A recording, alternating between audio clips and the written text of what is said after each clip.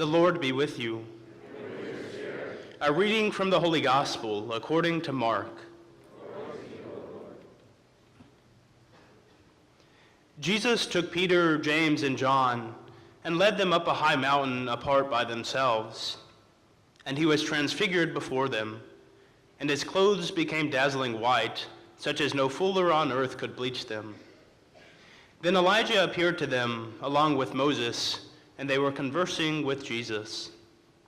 Then Peter said to Jesus in reply, "Rabbi, it is good that we are here.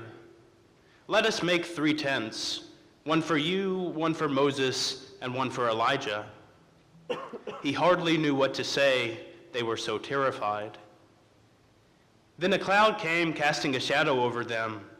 Then from the cloud came a voice, "This is my beloved Son, listen to him."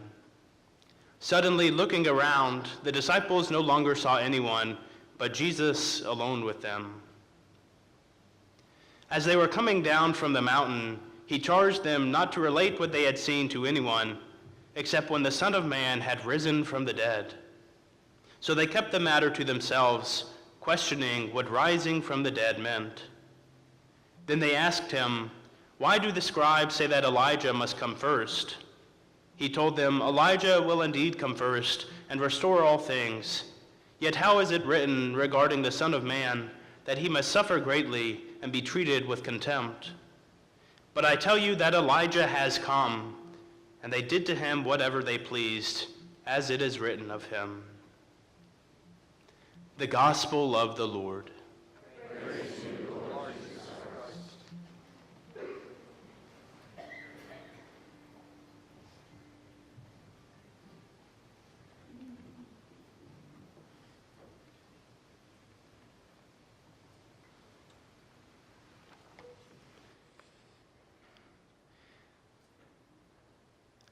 Peter said to Jesus, "Rabbi, it is good for us to be here." Brothers and sisters, indeed, it is good for us to be here. In our gospel today, we hear an account of the Transfiguration. Jesus takes Peter, James, and John up a high mountain, and he is transfigured before them. He shows them his glory. He reveals to them the splendor of his divinity. I'm sure it was a sight to behold. But if we are careful listeners of Scripture, this event reminds us of another time when Jesus took Peter, James, and John up a mountain, when they were again overcome by sleep and awakened to a vision of the Lord that startled them. I'm speaking, of course, of the Mount of Olives and of the agony in the garden at the beginning of the Lord's Passion. In fact, in Luke's Gospel, we are told shortly after the Transfiguration that Jesus set his face toward Jerusalem, toward the place where he would soon face suffering and death. And there is a great lesson for us here. For God has called us apart this weekend to our very own mountain of sorts, to the heights of this retreat. He makes himself known to us in a powerful way here in this place. We see him, we encounter him in a new and wonderful way. And it is good for us to be here. But we cannot stay here. Just as the disciples could not stay on the mountain of the Transfiguration.